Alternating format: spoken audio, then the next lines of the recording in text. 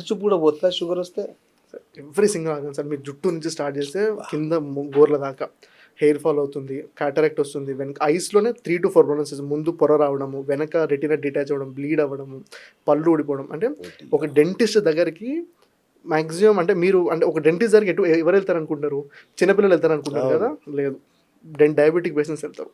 The highest OP for dental patients is now diabetes. అంటే first పిల్లలు ఉండొచ్చు, diabetes అంటే పెరియాడంటైటిస్ అంటారు. అంటే పళ్ళు చుట్టూ మొత్తం డ్యామేజ్ అయిపోతుంది.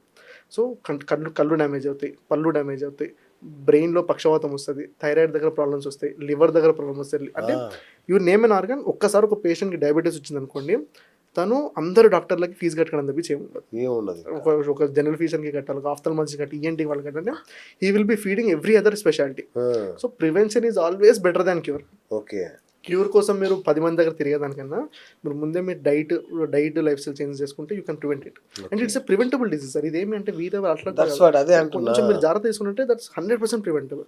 ఎస్పెషల్లీ పేరెంట్స్ డయాబెటిక్ ఉన్న వాళ్ళు ఉంటారు చూడండి. అంటే 50 years డయాబెటీస్ వచ్చిన వాళ్ళు, వాళ్ళ పిల్లలు జాగ్రత్త ఉండాలి. అంటే 25 years నుంచే మీరు ఆ మైండ్లో పెట్టుకోవాలి, పేరెంట్స్కి డయాబెటీస్ ఉంది. ఎందుకంటే వాళ్ళ ఆ ఏజ్లో ఇంకా వర్క్ చేసిన వాళ్ళు, అంటే మనంతా కూడా సుఖాలు వాళ్ళ లేకుండా వాళ్ళకి వచ్చిందంటే మీరు ఎప్పుడు అంటే ఎస్పెషల్లీ 25, 30, 35 years ఉన్న వాళ్ళు గుర్తుపెట్టుకోండి. పేరెంట్స్ కనుక ఎంగేజ్ డయాబెటీస్ సఫర్ అవుతున్నారంటే మీరు ఇప్పటి నుంచి లైఫ్ స్టైల్ చేంజ్ చేయాల్సిందే. డైట్ కానివ్వండి, ఫిజికల్ యాక్టివిటీ కానీ, muscle building exercise, resistance exercise ఎంతో కొంత you incorporate into it, you will lead a better life style definitely. And India is that country where అంటే ఇప్పుడు మన పాపులేషన్ అంటే ఏంటంటే యంగ్ పాపులేషన్ ఎక్కువ ఉంది మనకి. ఇప్పుడు మన లైఫ్ స్పాన్ ఇంక్రీజ్ అవుతుంది కాబట్టి అట్లీస్ట్ ఒక 10 years down the line, 15 years down వీళ్ళ మనందరం కూడా పెద్దవాళ్ళం అవుతాం. We have to stay healthy there also. అప్పుడే మన ఇండియా బాగుపడతాయి కదా. ఎందుకంటే మనం ఇప్పుడు ఎంత ఎక్స్పీరియన్స్ అంతా నేర్చుకున్న తర్వాత మనం if we can't contribute to the society, then అంటే మనం మన దేశానికి కూడా మనం బాగుపడాలి, హెల్ప్ చేయాలంటే మనం మంచిగా ఉండాలి.